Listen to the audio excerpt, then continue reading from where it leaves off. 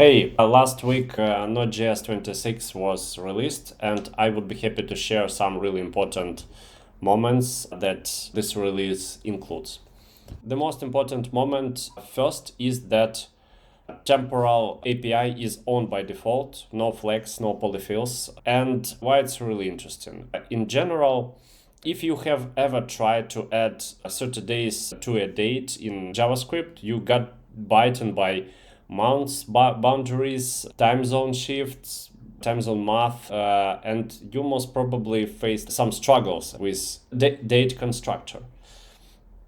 And maybe you were thinking that most probably date is broken. And I personally almost never use dates. Most probably you used libraries like moment.js, date, FNS, or looks-on.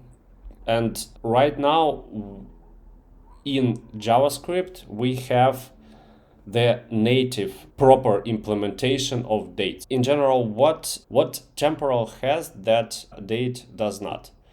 The result of date constructor is mutable object. Temporal methods are static, and the date is not mutable. But also important moment that you need to understand if you would to switch, for example, from looks-on to temporal, that it's not that rich for formatting methods. Temporal leans to Intel date time format for supporting general international formats.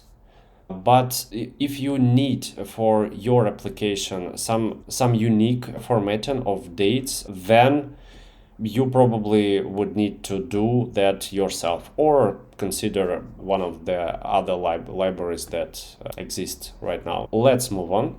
Also important update is V8 14.6. And Node.js ships with V8 14.6 Chromium 146. There were a couple of interesting proposals. It's methods for maps, and also it supports weak maps. Get or insert, get or insert computed. It's a pattern called upsert and is most commonly used in databases. Now we have native methods in JavaScript. Previously, you would need to check if map has a key and then do set after that. Now you can do that in one call. Another improvement is iterator concat. It chains any iterables into a single lazy iterator, so no intermediate arrays needed. Next is Undici 8. Undici has updated to new version. It brings new features and improvements. I would double check if I have direct import of Undici libraries. In this case, most probably some additional work can be needed.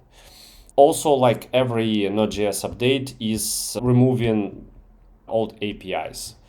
One of them is right header. It was a typo alias for right head. Now it's gone. Also, legacy stream modules are removed.